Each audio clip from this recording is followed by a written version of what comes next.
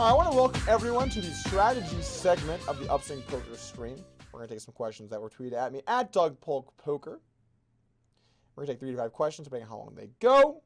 And if you ever want to tune in and ask your questions, you can stop by my stream whenever we're doing the strategy segment to ask some questions.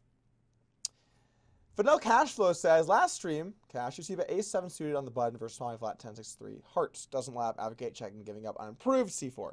Lab does, and I think this is a really important time to note Fidel Cashflow, because I think I've seen a few questions like this. When I'm playing on stream, I'm not actually playing my best possible game. I am playing a good game that will win, but I'm not playing how I would normally play, because if I do, my opponents will adjust to me and be able to play better. So I play a good game that's a little bit different, throwing some curveballs left, right, and center, basically trying to disguise my game a little bit. So if you're watching the stream to get better, that's fine. You will definitely get better. But if you're watching the stream to be like, is this how Doug plays exactly? That is not what's going to happen. But we can talk about this hand anyway, because I'll explain what I was thinking.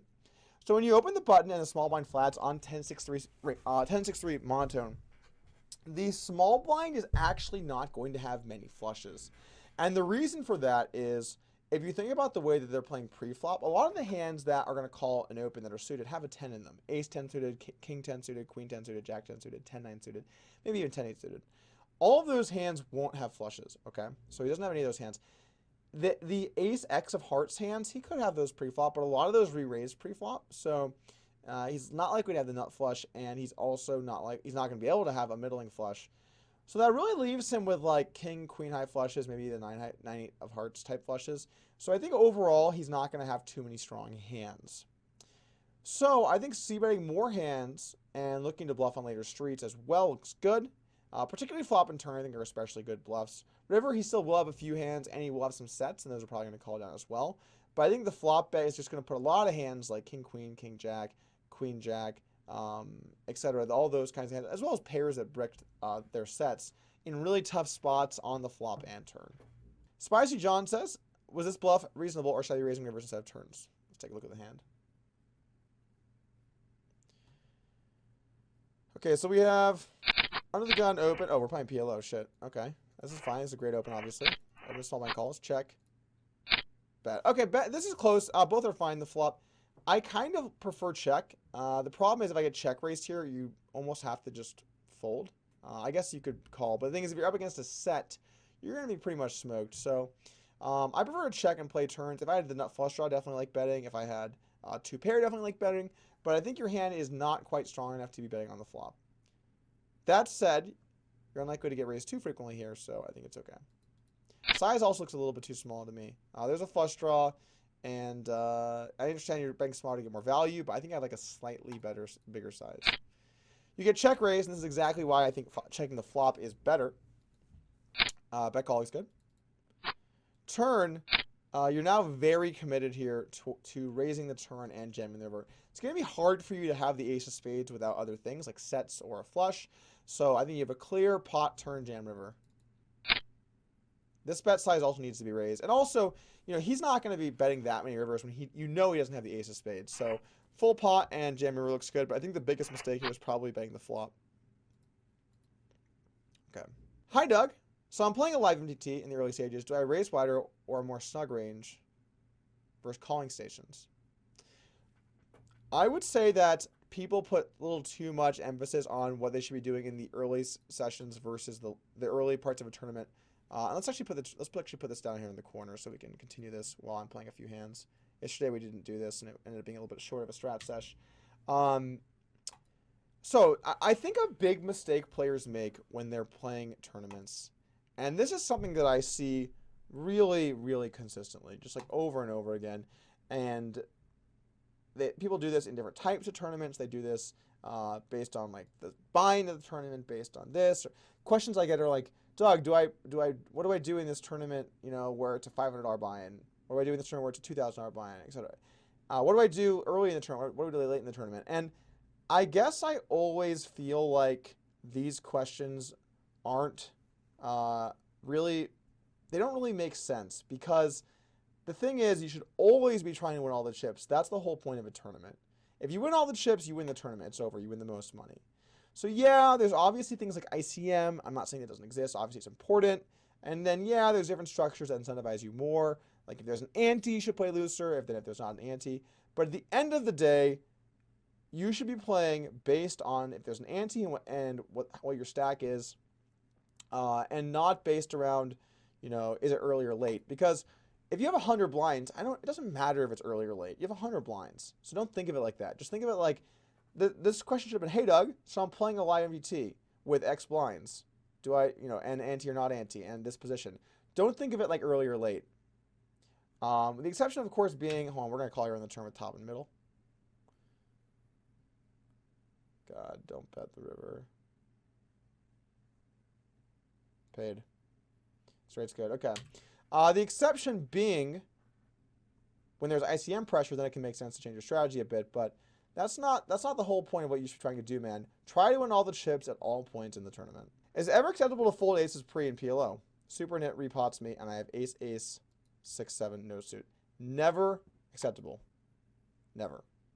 Because you're only ever going to be behind if you and someone else have, let me rephrase this. You're only ever going to be behind enough to need to fold if you and someone else have aces and someone else has a hand that plays very well against those hands.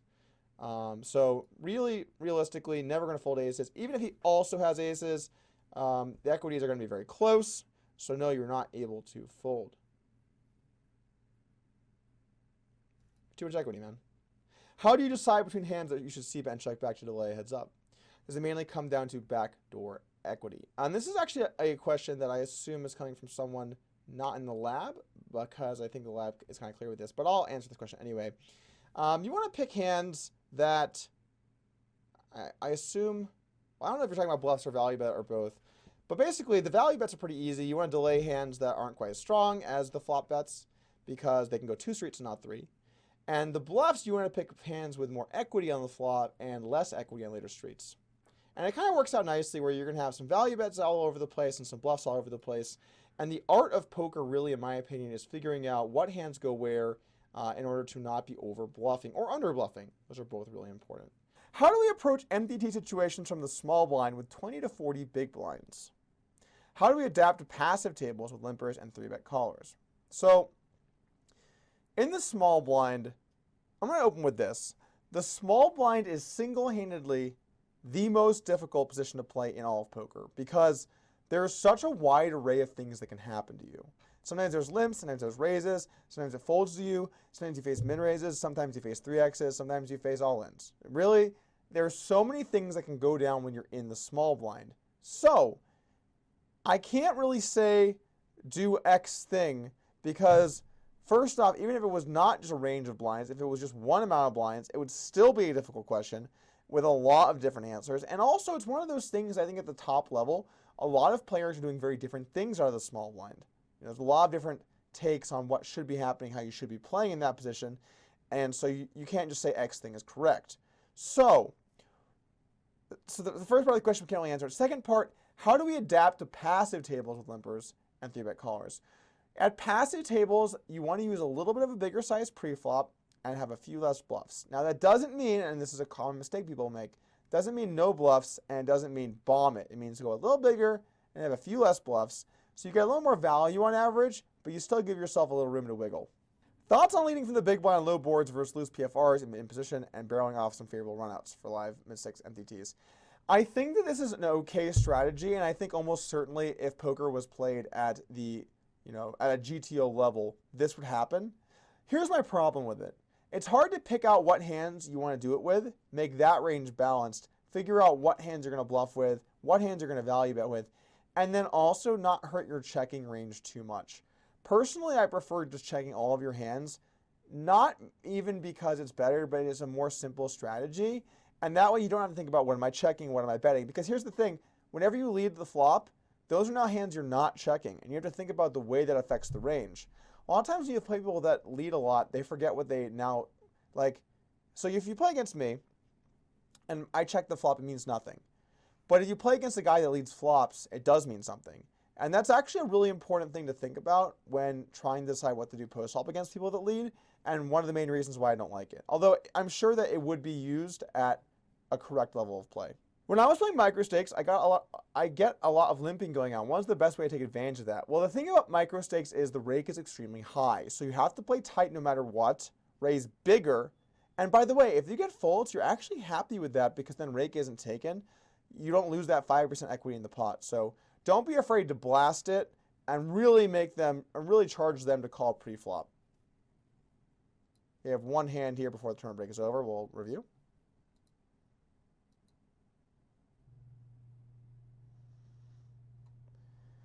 $146K open under the, 1.5 million open under the gun. Got a call from the big blind. Check, check. Bet, call, bet, check. Okay, you have two options here. Folding the turn is totally reasonable because, it's actually a very small bet, but folding the turn is reasonable because you have 2 overs, sure, but there's 4 hearts out there. You'll have a ton of better hands. It's actually one of the worst hands you're going to have here.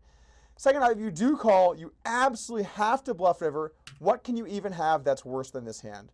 So my analysis would be to probably fold turn, but if you do call with ace highest in these 4 flush spots, you're calling with the intention of trying to take it away from your opponent on the river.